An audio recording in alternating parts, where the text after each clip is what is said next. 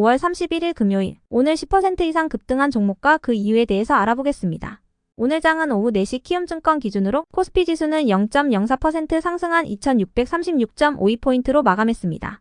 외국인은 매도, 기관은 매수로 임한 가운데 개인은 매수로 대응했네요. 한편 코스닥 지수는 0.96% 상승한 839.98포인트로 마감했습니다. 외국인은 매수, 기관은 매도로 임한 가운데 개인은 매도로 대응했습니다. 그럼 본격적으로 오늘의 급등 종목들을 살펴볼게요. 오늘 10% 이상 급등한 종목은 총 28종목으로 코스피에서는 9종목, 코스닥에서는 19종목이 나왔습니다. 이 중 상한가 종목은 참엔지니어링, 세아PNC, YC 3종목이고요. 오늘 하한가 종목은 상장 폐지 종목인 BDI를 제외하고는 없었습니다. 총 28개의 급등 종목들을 한데 모아서 섹터별로 묶어보니 5개 테마로 나눠볼 수 있었어요. 그 외 나머지는 개별 이슈로 오른 종목들인데요. 먼저 1번 화장품 섹터입니다. 한한령 해제 기대감과 화장품 수출액 증가 소식 속에서 화장품주들이 강세를 이어가는 분위기입니다. 최근 아랍에미리트 대통령이 방한하여 윤 대통령을 만나 한국이 아랍국가 중 처음으로 아랍에미리트와 포괄적 경제동반자 협정을 체결한 부분도 호재로 작용되고 있는데요. 한국의 중동 주력 수출품인 방산품목은 협정문 발효 즉시 아랍에미리트 시장 내에서 관세가 철폐되며 화장품을 비롯한 의료기기, 의약품 등의 공산품과 쇠고기, 닭고기, 신선과일, 조미김 등의 주요 농수산물이 관세 철폐 혜택을 받게 될 예정입니다. 이러한 소식 속 화장품주들을 중심으로 일부 의료기기와 식료품 관련주들이 강세를 보였는데요. 이 중에서도 세아PNC는 염색약과 헤어케어 제품을 아시아와 중동, 북미 등 전 세계에 공급 중이라는 내용의 특징주가 붙어주면서 상한가로 마감한 모습이었네요. 다음은 2번 방산 우주 섹터입니다. 한국과 아랍에미리트의 협정 소식은 방산 섹터에도 호재로 작용되었는데요. 한국의 무기류는 협정문 발효 즉시 관세가 철폐되어 중동 수출이 가속화될 것으로 전망되고 있습니다. 한편 어제 장마감 후에는 윤 대통령이 2032년에는 달에 탐사선을 착륙시키고 2045년에는 화성에 태극기를 꽂는 스페이스 광개토 프로젝트를 추진한다는 소식도 있었어요. 대통령은 2027년까지 우주 관련 예산을 1조 5천억 원 이상으로 확대하고 2045년까지 약 100조 원의 투자를 이끌어내겠다고 언급했는데요. 해당 소식에 방산과 우주 관련주 일부가 수혜 기대감을 잇고 강세를 보여주었네요. 이 중에서도 비츠로셀은 신한투자증권에서 비츠로셀에 대해 고온전지와 방산 분야의 앰플전지 등 주력 제품의 실적 개선이 기대된다고 밝히면서 상승했는데요. 비츠로셀은 리튬 1차전지 제조업체로 유틸리티 미터와 방산 장비에 들어가는 전지를 생산하여 공급 중이며 국내 점유율 1위를 차지하고 있다고 알려졌습니다. 다음은 3번 해운 섹터입니다. 이스라엘과 하마스 간의 전쟁이 이어지면서 해운 물류비 상승이 한동안 지속될 것으로 전망되는 가운데 해운업계의 실적 기대감이 커지고 있습니다. 5월 들어서는 글로벌 컨테이너 가격도 상승세를 보이고 있으며 6월 초 상하이시에서 엔트워프와 함부르크 등지로 향하는 컨테이너 운임료는 건당 7,000달러 이상으로 고시됐는데요. 이는 5월 초 컨테이너 건당 운임료인 4,000달러 대비 70%가량 상승한 수준입니다. 이러한 분위기 속에서 해운 관련주 일부가 강세를 보였는데요. 이 중에서도 대한해운은 KB증권에서 대한해운이 4척의 선박을 매각하며 시가총액의 40%에 근접한 이익을 얻을 거라고 분석한 가운데 목표 주가와 투자 의견도 상향 조정하면서 시장에서 주목받은 모습이었습니다. KB증권은 대한해운의 선박 매각금이 일회성 이익이긴 하지만 이익의 규모가 큰 만큼 주가 상승을 촉발할 것이라고 분석했습니다. 다음은 4번 2차전지 섹터입니다. 어젯밤 미국장에서는 세일즈포스를 비롯한 기업들의 어닝 쇼크 실적 속에서 미국의 1분기 국내 총생산 성장률도 둔화된 모습을 보이며 3대 지수가 모두 약세로 마감했습니다. 다만 테슬라와 리비안, 루시드 등의 주요 전기차 기업들은 상승세를 보였는데요. 테슬라는 자율주행을 위해 개발 중인 첨단 주행 보조 시스템 소프트웨어를 중국에서 판매하고자 정부 기관에 등록을 준비 중이라고 전했으며 소프트웨어가 등록될 경우 테스트를 거쳐 중국의 테슬라 차주들에게 해당 소프트웨어를 판매할 수 있게 될 거라고 밝혔습니다. 해당 소프트웨어인 FSD의 구독료는 일시불로 1,090만원 또는 월 13만 6천원의 구독형으로 판매할 예정이라고 알려졌는데요. 이러한 소식 속 테슬라의 신사업 기대감을 바탕으로 일부 2차전지 및 자율주행 관련주가 시장에서 주목받은 모습이었네요. 최근 하이투자증권의 고평가 분석 및 매도 의견 속에서 약세를 보였던 에코프로그룹주들도 간만에 반등세를 보여주었습니다. 다음은 5번 의류 섹터입니다. 미국의 소매 의류업체인 갭이 월가의 기대를 웃도는 호실적을 공개하면서 시간의 거래에서 20%가 넘는 급등세를 보이고 있습니다.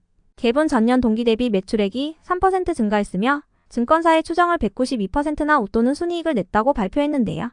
특히 전년 동기의 순손실에서 흑자 전환했다고 밝히면서 강한 매수세가 몰리는 모습입니다.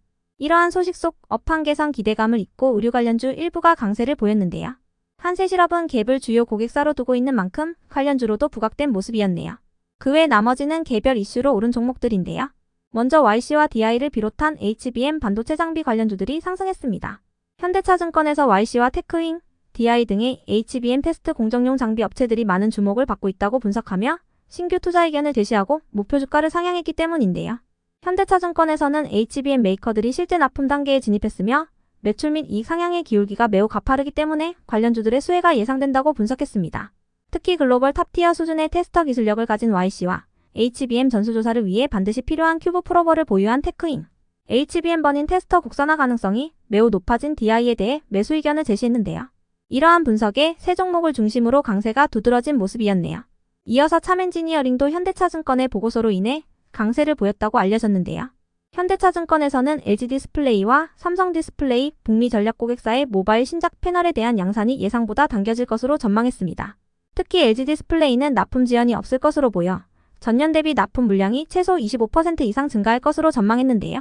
애플이 중국에서의 스마트폰 판매량을 회복하고 있는 부분과 6월에 개발자 컨퍼런스를 앞두고 있는 부분도 기대감이 커지고 있으며 이러한 흐름 속에서 IT OLED 섹터가 빅사이클에 진입할 가능성이 보이는 점도 긍정적이라고 밝혔습니다.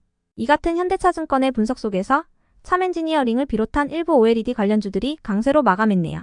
다음으로 TS트릴리온은 최대 주주인 장기영 전 대표가 장내에서 주식 20만 주를 추가 매입해 지분 확보 및 주주가치 제고에 나섰다는 소식이 전해지면서 상승했습니다.